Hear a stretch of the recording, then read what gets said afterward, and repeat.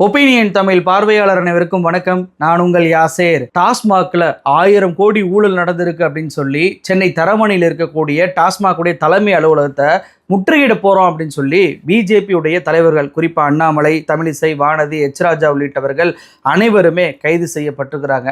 போராட்டம் அப்படின்ற பேர்ல இவங்க பண்ண அந்த காமெடி பற்றியும், அது மட்டுமல்லாது இவங்க சொல்றாங்கல்ல டாஸ்மாக் ஊழல்னு சொல்லிட்டு, அப்படி டாஸ்மாக்கு சப்ளை செய்யக்கூடிய அந்த நிறுவனங்கள்கிட்ட உண்மையிலே பணம் வாங்கியது திமுக இல்லை, பிஜேபி தான். இவங்க கட்டுக்கட்டாக இந்த டாஸ்மாக் நிறுவனங்கள்கிட்டமிருந்து பணம் வாங்கிய அந்த ஆதாரங்களையும், இந்த டாஸ்மாக் ஊழல் அப்படின்ற பேரில் பிஜேபி பண்ணக்கூடியது டெல்லி, சத்தீஸ்கர், தெலுங்கானா போல இங்கே ஆட்சி மாற்றத்தை ஏற்படுத்துமா அப்படின்றது பற்றியும் இந்த வீடியோவில் விரிவாக பார்க்கலாம். இந்த வீடியோவை முழுமையாக பாருங்க. மறக்காம நம்மளுடைய ஒப்பீனியன் தமிழ் சேனலை சப்ஸ்கிரைப் பண்ணிக்கோங்க. டாஸ்மாக்ல மிகப்பெரிய அளவில் ஊழல் நடந்திருக்கு, பல கோடி ரூபாய் ஊழல் நடந்திருக்கு அப்படின்னு சொல்லிட்டு அண்ணாமலை கடந்த 2 வாரமாகவே கதறிக்கிட்டு இருந்தாரு. ஆனா இவருடைய கதறல்களை யாருமே தமிழ்நாட்டு மக்கள் கேட்கவே இல்லை. ஆனா ஈடி கேட்டுச்சு. இப்படி இவருடைய பேச்சை கேட்டு ஈடி டாஸ்மாக் சப்ளை பண்ணக்கூடிய அந்த நிறுவனங்கள் மீதும், அதே மாதிரி டாஸ்மாகுடைய தலைமை அலுவலகத்தின் மீதும் ரைடு விட்டாங்க. இந்த ரைடின் அடிப்படையில் ஈடி ஒரு அறிக்கையும் வெளியிட்டாங்க. அந்த அறிக்கையை வச்சுக்கிட்டு தான் இன்னைக்கு 1000 கோடி ஊழல் நடந்திருக்கிறது. பாருங்க, திமுக முதலமைச்சர் ஸ்டாலின் தான் இதுல நம்பர் 1 அக்யூஸ்ட் அப்படின்னு சொல்லிட்டு இந்த பிஜேபியினர் இப்போ போராட்டம் அப்படின்ற பேர்ல ஒரு காமெடியை பண்ணிக்கிட்டு இருக்கிறாங்க. குறிப்பா பாஜக மாநில தலைவரான அண்ணாமலை கார்ல வரும்போதே பாத்தீங்கன்னா போலீஸ் நிப்பாட்டி, வாங்க போலீஸ் வேன்ல ஏறுங்க அப்படின்னு சொன்னோன்னே, நேர்மையா இருக்க வேண்டிய நீங்களே என்னை கைது பண்றீங்களே அப்படின்னு சொல்லிட்டு கோயிலுக்கு கெடா வெட்ட கூட்டிட்டு போவாங்க தெரியுமா, ஆட்டை, அது மாதிரி போலீஸ் அண்ணாமலையை கூட்டிட்டு போனதை பார்க்க முடிஞ்சு.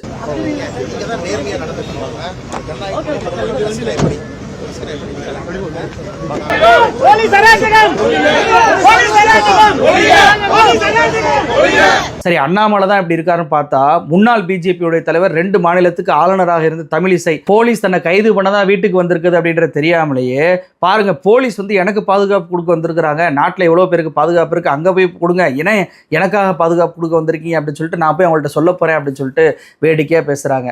எங்களுக்கெல்லாம் பாதுகாப்பு இருக்கிறது, எங்களை போய் நீங்க பாதுகாத்து என்ன பண்ண போறீங்க? இவ்வளவு பாதுகாப்பு எனக்கு வேணாப்பா, நீங்க எல்லாம் கொஞ்சம் போயிட்டு வாங்க, நான் சொல்ல போறேன், அவ்வளவுதான். இந்த கோமாளி கோஷ்டியோட லிஸ்ட் இதோட முடியல. அடுத்து வானதி நீங்க எடுத்துட்டீங்கன்னா, சார் என்னோட டீம் அங்கே நிற்கிறாங்க சார், அவங்க கூட சேர்ந்து நான் போய்க்கிறேன், அவங்களோட சேர்ந்து என்னை கைது பண்ணுங்க அப்படின்னு சொல்லிட்டு காசு கொடுத்துட்டு கூட்டிட்டு வந்ததெல்லாம் வேஸ்டா போயிடும், அவங்களோட சேர்ந்தாவது கௌரவமா என்னை அரெஸ்ட் பண்ணுங்க, நான் ஒரு எம்எல்ஏ அப்படின்னு சொல்லி கதறினாலும் கூட பேசாம வண்டியில வந்து ஏறியா இல்ல பிஎன்எஸ்எஸ் 172 உன் மேல போடவா அப்படின்னு சொல்லிட்டு போலீஸ் மிரட்டின உடனே நடு ரோட்ல நடு வீதியில வானதி கீழே இறங்கி அரெஸ்ட் ஆகுறாங்க.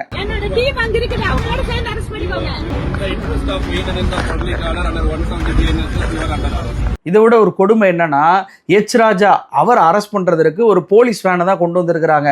ஆனா அதை பார்த்துட்டு என்னை பார்த்தா எப்படி தெரியுது, நாய் பிடிக்கிற வண்டியில என்னை ஏத்துறீங்க, நானும் இந்த வண்டியில ஏத்த மாட்டேன் அப்படின்னு சொல்லிட்டு அவர் கதறுவதை பார்க்க முடிஞ்சு.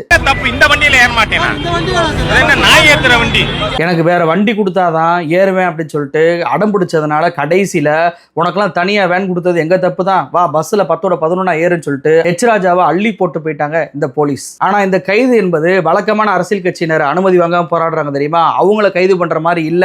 பிஜேபிக்கு தனி ஒரு ஸ்பெஷல் ட்ரீட்மெண்ட்டை காவல்துறை கொடுத்துருக்காங்க அப்படின்னே சொல்லலாம். அதற்கு உதாரணம் தான் அந்த கருநாகராஜன். இவர் என்ன சொல்றாரு அப்படின்னா, ஏங்க போலீஸ் கைது பண்ணா மண்டபத்தில் போய் அடைச்சு வைக்கணும், எங்களுக்கு அங்க டீ காப்பி கொடுக்கணும், சாப்பாடு கொடுக்கணும், எங்களுக்கு பாதுகாப்பு கொடுக்கணும், அதை பண்ணாம எங்களை நடு ரோட்ல தெருவில் இறக்கி விட்டு போயிட்டாங்க, நாங்கள் என்னங்க பண்றது, தெருவில் எங்களை இறக்கி விட்டு போனா எங்களுக்கு கணக்கு கூட எடுக்கல, போலீஸ் எங்களை கைது பண்ணுங்க அப்படின்னு சொல்லிட்டு கதறுவதை பார்க்க முடிஞ்சு. இப்ப பாருங்க, எங்களை தெருவில் விட்டாச்சு, போலீஸ் என்ன செய்வாங்களோ அதை நாங்கள் செஞ்சு பக்கத்தில் இருக்க போலீஸ் ஸ்டேஷனில் இந்த பேப்பரை நாங்கள் கொடுக்க போகிறோம், நாங்கள்லாம் வந்திருக்கோம், நீங்கள் கைது பண்ணி எங்களுக்கு சிஎஸ்ஆர் போடுங்க, நாங்கள் கொடுக்க போகிறோம். ஒரு போலீஸ் அதிகாரி இல்லை. அப்போ என்னன்னா, அந்த கிராமங்களை கைது பண்ணால் ஊரை விட்டு அவுட்டரில் இறக்கி விட்டு போவாங்களாம், அந்த மாதிரி இன்னைக்கு நடந்திருக்கு. கிராமத்தில் ஊரை விட்டு இறக்கிட்டு போவாங்க போலீஸ், அது மாதிரி எங்களை இப்படி நடு ரோட்டில் இறக்கிட்டு போயிட்டாங்க. பாருங்க, எங்களை கைது பண்ணி எண்ணிக்கை கூட தெரியாதனால நாங்களே கைது பண்ண மாதிரி எழுதிக்கிட்டு பக்கத்தில் இருக்க போலீஸ் ஸ்டேஷனில் போய் கொடுக்க போகிறோம் அப்படின்னு சொல்லிட்டு அவர் கதறுவதை பார்க்க முடியுது. அவருக்கு மட்டும்தான் அந்த ஸ்பெஷல் ட்ரீட்மெண்ட் கொடுத்தாங்கன்னா அப்படின்னு பார்த்தா, வானதி சீனிவாசன் கோவை தெற்கு தொகுதியுடைய எம்எல்ஏ, அவரையுமே போலீஸ் அரெஸ்ட் பண்ணி 2 மணி நேரம் வேன்ல சுத்த விட்டு நடு ரோட்ல தெருவில் இறக்கி விட்டு போயிருக்கிறாங்க. இதனால நொந்து போன வானதி நடைபயணமாவே போயிருக்கிறாங்க ரொம்ப தூரத்துக்கு. கிட்டத்தட்ட 2 மணி நேரமா இந்த வண்டியில ஏறி நாங்க எங்களை சிட்டி முழுக்க சுத்தி காட்டிட்டு இருக்காங்க. கைது செய்யணும்னு முடிவு பண்ற காவல்துறை எந்த இடத்துல வைக்கணுங்கிற கூட ஒரு முடிவு செய்யாம அலட்சிய போக்கிலே இவர்கள் எல்லாவற்றையும் அலைக்கழிக்க வேண்டும் என்பதுதான் அவர்களுடைய நோக்கமாக இருக்கிறது. சரி, தலைவர்கள் தான் இப்படி கோமாளித்தனம் பண்றாங்க, தொண்டர்களாவது ஒழுங்கா போராட்டம் பண்ணுவாங்கன்னு பார்த்தா அதுல சில தொண்டர்கள் என்ன பண்றாங்கன்னா டாஸ்மாக்ல இதுக்காக மெனக்கிட்டு போய் பாட்டில்களை வாங்கிட்டு கழுத்துல பாட்டில்களை போட்டு போராட்டம் பண்றாங்க. இதுல சாராயம் இருக்கக்கூடிய பாட்டிலாக இருந்தால் பரவாயில்ல, பல பாட்டில்கள் சாராயம் இல்லாமல் இருக்கு. ஒருவேளை குடிச்சிட்டு தான் இந்த போராட்டத்துக்கே பிஜேபி வந்திருக்கிறாங்க அப்படின்றத இதன் மூலமாவே நம்மளால தெரிஞ்சுக்கிற முடியுது.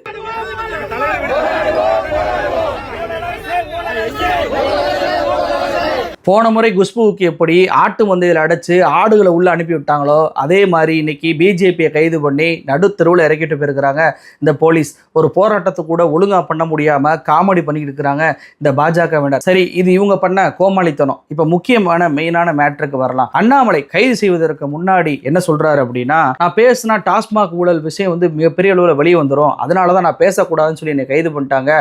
நான் போராட்டத்தை தேதி அறிவிக்காம பண்ணா என்ன பண்ண முடியும், முதலமைச்சர் வீட்டை கூட நாங்கள் முற்றுகையிடுவோம். 2024 தேர்தலையே இந்த டாஸ்மாக் பணத்தை வச்சுதான் இவங்க தேர்தலை சந்திச்சாங்க. அதே போல 2026 தேர்தலையுமே டாஸ்மாக் பணத்துல ஊழல் பணத்தை வச்சுதான் இவங்க தேர்தலே சந்திக்க போறாங்க அப்படின்ற ஒரு குற்றச்சாட்டை அண்ணாமலை வச்சிருக்கிறாரு. டாஸ்மாகினுடைய பணத்தை வைத்து தான் 2024 பாராளுமன்ற தேர்தல் முழுவதும் திராவிட முன்னேற்ற கழகம் நடத்தியிருக்கிறாங்க. 2026 சட்டமன்ற தேர்தலையும் டாஸ்மாக் வச்சு நடத்துறதுக்காக களத்தில் இருக்கிறாங்க. ஏன் அண்ணாமலை, உண்மையிலேயே டாஸ்மாக் பணத்தை வச்சு தேர்தலை சந்திச்சது யாரு?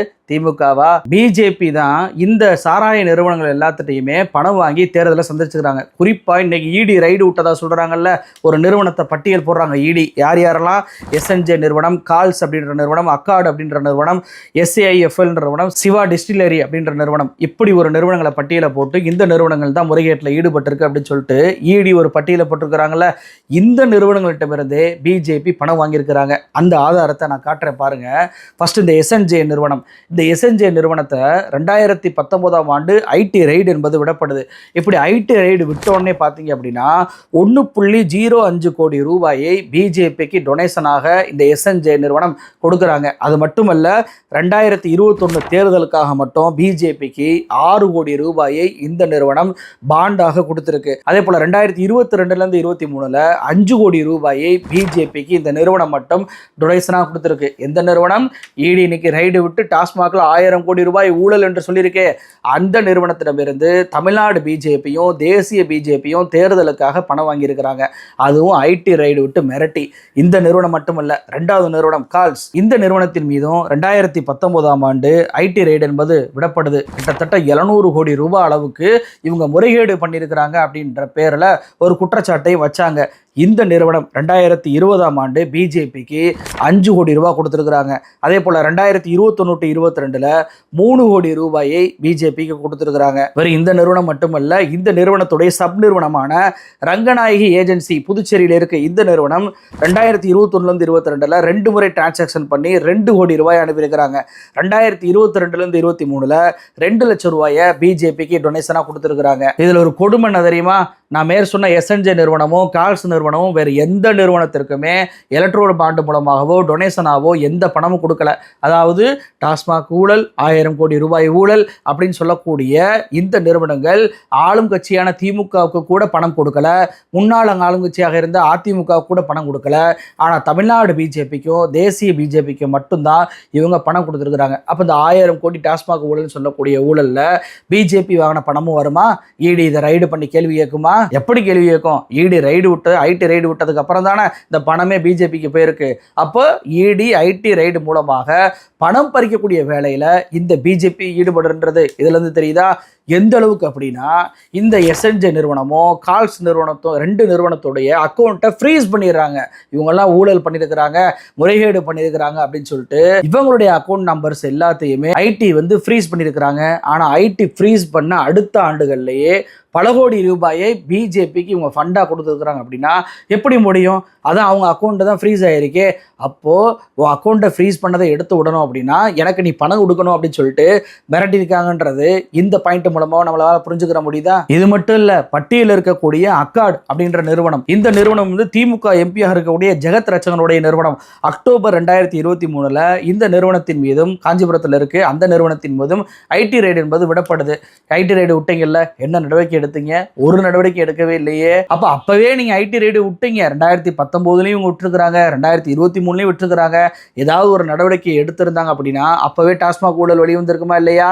ஆனா அப்பெல்லாம் எடுக்காம சரியா தேர்தலுக்கு முன்னாடி வந்துட்டு ஏதோ புதுசா ரைடு விடுற மாதிரி ரைடு விட்டு நாங்க ஏதோ பெரிய ஊழலை கண்டுபிடிச்ச மாதிரி பில்டப் கொடுக்குறாங்க இந்த ஈடியும் பிஜேபியும். இதுல ரொம்ப ரொம்ப முக்கியமான காமெடி என்ன அப்படின்னா, நம்ம அண்ணாமலை என்ன சொல்றாரு, பாருங்க டெல்லி, தெலுங்கானா, சத்தீஸ்கர் மாதிரி மிகப்பெரிய ஊழல் நடந்திருக்கு. அங்கே எப்படி டெல்லியில வந்து கெஜ்ரிவால் நம்பர் 1 அக்யூஸ்டோ, அதே போல முதலமைச்சர் ஸ்டாலினுமே நம்பர் 1 அக்யூஸ்ட் தான். பாலிசியை முடிவு பண்ணி அமைச்சரை வச்சுக்கிட்டு இவ்வளவு பெரிய விஷயத்தை பண்ணது முதலமைச்சர் தான் அப்படின்னு சொல்லிட்டு அண்ணாமலை சொல்லியிருக்கிறாரு. முதலமைச்சர்ல சம்பந்தப்பட்டிருக்கிறாங்க, அவரும் இதுல குற்றவாளி தான். அவர் தப்பிச்சு போக முடியாது. அவருடைய அமைச்சரவை அவருடைய கண்காணிப்பில் இருக்கு. ஒரு அமைச்சருக்கு அளவுக்கு அதிகமாக பாசத்தை காட்டியிருக்கிறாங்க. அண்ணாமலை இங்கேதான் நீங்க வசமா சிக்கிட்டீங்க. உங்க பிஜேபியவே நீங்க மாட்டி விட்டீங்க. ஏன்னா இந்த டெல்லி மதுபான கொள்கைன்னு இருக்கு தெரியுமா, அதற்கும் தமிழ்நாடுக்கும் சம்பந்தமே இல்லை. நீங்க டெல்லியா இருக்கட்டும், தெலுங்கானாவா இருக்கட்டும், சத்தீஸ்கரா இருக்கட்டும், இங்க எல்லாம் புதியதாக ஒரு மதுபான கொள்கையை உருவாக்குனாங்க, தனியாருக்கு லைசன்ஸ் விடுறதுலேருந்து எல்லாமே. ஆனால் இங்கே தமிழ்நாட்டில் புதிதாக மதுபான கொள்கை அப்படின்ற எந்த கொள்கையுமே ஏற்படுத்தவே இல்லை. பழைய கொள்கையில் தான் அப்படியே போயிட்டு இருக்கு. அப்போ இந்த 2 வழக்கையுமே ஒப்பிட்டு அண்ணாமலை பேசுவதே முதல்ல தப்பு. சரி, அதுலேயாவது நீங்கள் யோகியமாக இருந்திருக்கிறீங்களா? ஆரோபிந்தோ ஃபார்மா அப்படின்ற ஒரு நிறுவனம், இந்த நிறுவனத்துடைய நிறுவனராக இருக்கக்கூடிய சரத் சந்திர ரெட்டி, இவர் தான் இந்த டெல்லி மதுபான ஊழலுக்கு முக்கியமான ஒரு அக்யூஸ்டே.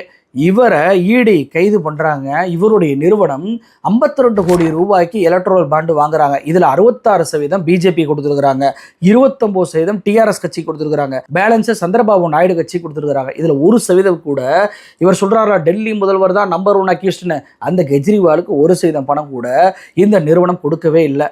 இப்படி இவர் அரெஸ்ட் பண்ண பின்னாடி ஒரு அமௌண்ட்டா இவருக்கு ஜாமீனை ஈடியே போய் கேட்டு போகுது. இவர் அப்ரூவ் ஆயிட்டாரு, பாவமா இருக்கிறாருங்க, இவருக்கு மன்னிப்பு கொடுங்க அப்படின்னு சொல்லிட்டு ஈடியே ஒரு மன்னிப்பு மனுவை சுப்ரீம் கோர்ட்ல போட்டு இவருக்கு ஜாமீன் வாங்கி கொடுத்தாங்க. அப்போ ஒரு குற்றம் சாட்டப்பட்ட ஒரு முக்கியமான குற்றவாளியை ஈடியே ஜாமீன் வாங்கி வெளியிடுதுன்னா என்ன அர்த்தம்? இவர் ஜாமீன் வாங்கி வெளியே போன பின்பு இன்னொரு பல கோடி ரூபாயை பிஜேபிக்கு எலக்ட்ரல் பாண்டா இவர் கொடுக்கிறார். இப்படி ஈடி ஐடி நிறுவனங்கள் மூலமாக மிரட்டி மட்டும் 335 கோடி ரூபாய்க்கு பிஜேபி பணம் வாங்கியிருக்கிறாங்க. அப்போ அண்ணாமலை இங்கே சொல்லக்கூடிய இந்த டெல்லி மதுபான ஊழல்ன்றார்ல, அந்த ஊழலில் மெயினான நிறுவனமான ஆரோபிந்த நிறுவனத்துடைய சரத் ரெட்டியிடமிருந்தே 52 கோடியில் 66% பணத்தை, கிட்டத்தட்ட ஒரு 30 கோடி ரூபாய் பணத்தை பிஜேபி எலக்ட்ரல் பாண்டா வாங்கியிருக்கிறாங்க. ஏங்க ஊழல் பண்ண கம்பெனிகிட்ட பணம் வாங்கினீங்க?